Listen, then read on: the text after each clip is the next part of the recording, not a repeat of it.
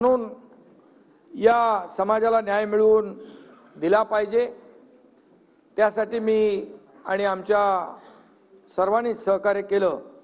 त्यामुळे मी जे काही वचन दिलं होतं आणि आश्वासन दिलं होतं त्याची पूर्तता करण्याचं समाधान मला आहे आणि त्याचा नक्की आनंदही आहे, अभिमानही आहे। आणि म्हणून मी माझे दोन्ही उपमुख्यमंत्री देवेंद्र फडणवीस जी, उपमुख्यमंत्री अजितदादा पवार जी, माझे मंत्रिमंडळातील सहकारी, आमदार आणि संपूर्ण विरोधी पक्ष आणि सर्व विधानसभा सदस्य यांच्या सहकार्यामुळे आजचा हा आपण निर्णय घेतोय।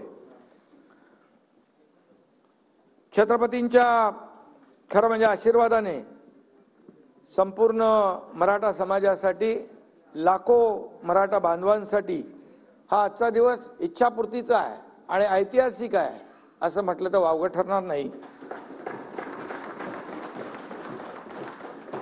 आजचा हा दिवस आपल्या सगळ्यांसाठीच एक कर्तव्याची जाणीव करून देणारा दिवस आहे। महाराष्ट्र विधानमंडळ वास्तू अनेक, या वास्तूमध्ये अनेक ऐतिहासिक निर्णयांची अंमलबजावणी झालेली आहे। ही वास्तू अनेक ऐतिहासिक निर्णयांचा साक्षीदार आहे। आजही ऐतिहासिक वास्तू त्या उज्ज्वल परंपरेचा एक हिस्सा होत आहे। ना कुणावर अन्याय, ना कुणाला धक्का अशा प्रकारचा निर्णय आपण या ठिकाणी घेतोय। आणि म्हणून आज काही वेळा मुख्यमंत्री असताना देखील मला आंदोलनकर्त्यांना भेटावं लागलं, तशी परिस्थिती निर्माण झाली होती। मी कधी असं, मी मुख्यमंत्री आहे प्रोटोकॉल प्रमाणे असं करता येणार नाही असं कधी मनात ठेवलं नाही। कारण हिंदू हृदय सम्राट बाळासाहेब ठाकरे म्हणायचे, जनतेपेक्षा जनता तुमच्यापेक्षा मोठी आहे, या जनतेने तुम्हाला इथं बसवलंय, असे प्रसंग येतील तर मंत्रालयातून उतरून जनतेला भेटा। आणि त्याप्रमाणे मी अनेक वेळा काम केलंय आणि तिथे कुठेही मी कधीही माझ्या पदाचा आब वगैरे का आणला नाही। काही लोक म्हणतात की त्यावेळेस जेव्हा मनोज जरांगे पाटील यांनी आंदोलन उपोषण मागे घेतलं त्यावेळेस एकनाथ शिंदेनी वेळ मारून नेली असं काही लोक म्हणू लागले। परंतु काहींना वाटलं एकनाथ शिंदे आश्वासन देईल, ते पूर्ण करेल का, सरकार पूर्ण करेल का।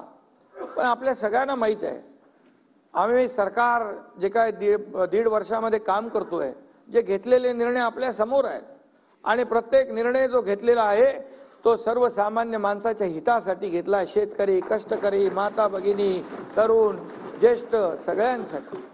राज्यकर्त्याला कुठलाही वैयक्तिक लाभ होईल असा कुठलाही निर्णय आम्ही घेतला नाही। मी या ठिकाणी सांगू इच्छितो, जेव्हा आम्ही शपथ घेतली दोघांनी तेव्हा आम्ही कॅबिनेट घ्यायचे असते, त्या कॅबिनेटमध्ये दोघंच होतो। ते जरी आपण पाहिले निर्णय तर त्या निर्णयामध्ये शेतकरी कष्टकरी कामगारच त्यांचाच हिताचे निर्णय आम्ही पहिल्या दिवसापासून घेतलेले आहेत। आणि त्यामुळे शब्द देताना विचारपूर्वक 10 वेळा 100 वेळा विचार करून आम्ही शब्द देतो। बाळासाहेब देखील आम्हाला तसं म्हणायचे। आणि म्हणून मी आपल्याला एवढंच सांगेन, मी एक कार्यकर्ता आहे, बाळासाहेबांचा कार्यकर्ता आहे, दिघे साहेबांचा कार्यकर्ता आहे। एकदा शब्द दिला की तो शब्द मी पाळतो, पाळण्याचा प्रयत्न करतो, कधी शब्द मी फिरवत नाही। त्यामुळेच माझ्यावर खूप लोक विश्वास ठेवत आहेत। मी राजकीय बोलू इच्छित नाही, 1.5 वर्षापूर्वीचा किस्सा मला गिरवायचा नाही।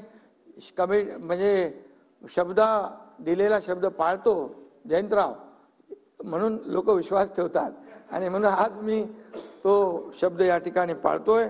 एकदा शब्द दिला की तो मागे हटण्याचा माझा काही प्रश्न नाही।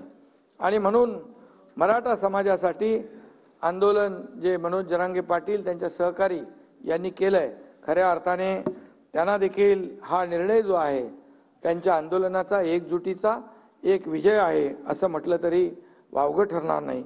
आणि म्हणून लाखो करोडो मराठा बांधवांनी आपल्या हक्कासाठी लढा देताना आजवर कधी संयम सोडला नाही। मागच्या वेळेस देखील देवेंद्रजी मुख्यमंत्री होते त्यावेळेस देखील लाखांचे मोर्चे आले, आपण पाहिले, परंतु संयम कधी सुटला नाही।